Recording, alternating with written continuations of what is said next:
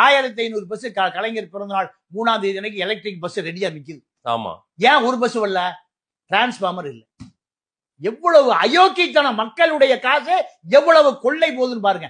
அப்போ இதை நம்ம பகிரங்கமா மக்கள் சார்பா கேட்கிறேன். 1500 பஸ்ஸை நீ பர்ச்சேஸ் பண்ணும்போது டிரான்ஸ்பார்மர், சார்ஜர், இதுக்கு உண்டான இன்ஃப்ராஸ்ட்ரக்சர், உள்கட்டமைப்பை அதிகாரி என்ன பண்றான்?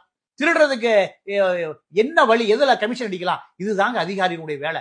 ஒரு டிரான்ஸ்போர்ட் அதிகாரி செருப்பு அடிச்சா பாத்தீங்களா அந்த டிரைவரை? அப்ப எவ்வளவு திமிரு அகங்காரம் இருக்குன்னு பாருங்க அந்த அதிகாரிகளுக்கு. அவன் உழைக்கிறவன் யாரு?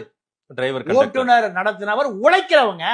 அந்த உழைக்கிறவனை செருப்பால் அடிக்கிறான்னா இந்த அதிகார மட்டத்துக்கு எவ்வளவு அதிகார திமிர் இருக்குன்னு பாருங்க.